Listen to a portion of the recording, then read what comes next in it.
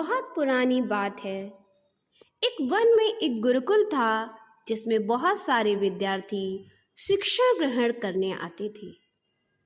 एक बार गुरुजी सभी विद्यार्थियों को पढ़ा रहे थे, मगर एक ऐसा विद्यार्थी था जिसे बार बार समझाने पर समझ नहीं आ रहा था।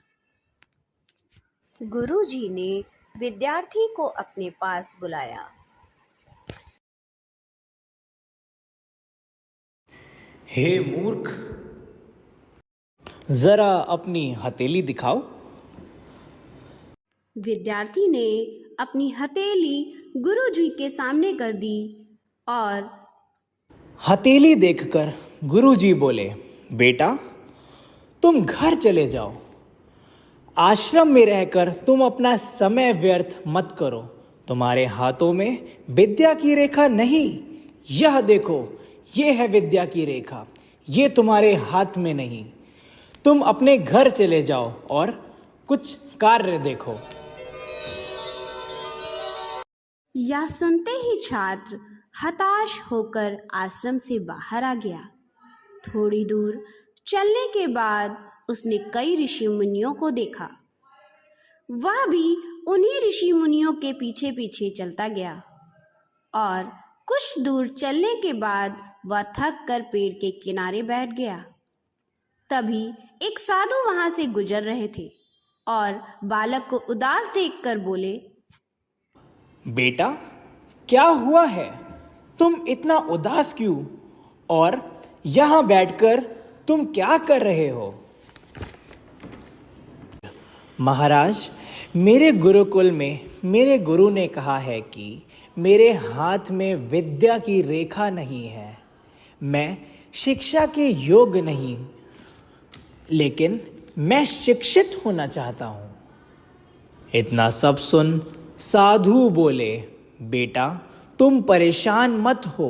तुम्हारी समस्त समस्याओं का समाधान मेरे पास है।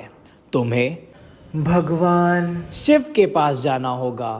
वहां जाकर तुम्हारी समस्याओं का हल मिल जाएगा। बालक भगवान शिव जी के पास पहुंचकर देखता है कि शिव जी अपने नृत्य में लीन हैं।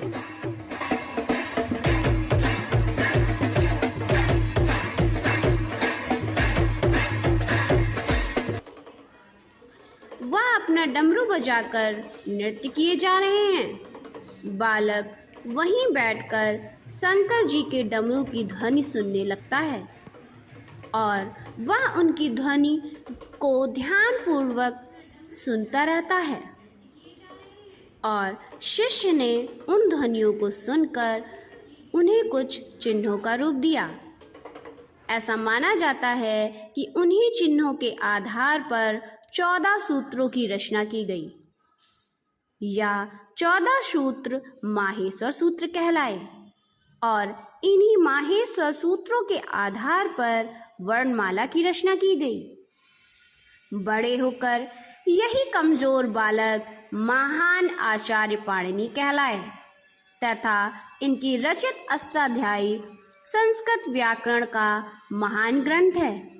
अतः आचार्य पाणिनि के अथक प्रयासों के द्वारा संस्कृत तथा हिंदी भाषा का सृजन हुआ और महर्षि पाणिनि संस्कृत व्याकरण के गुरु कहलाए।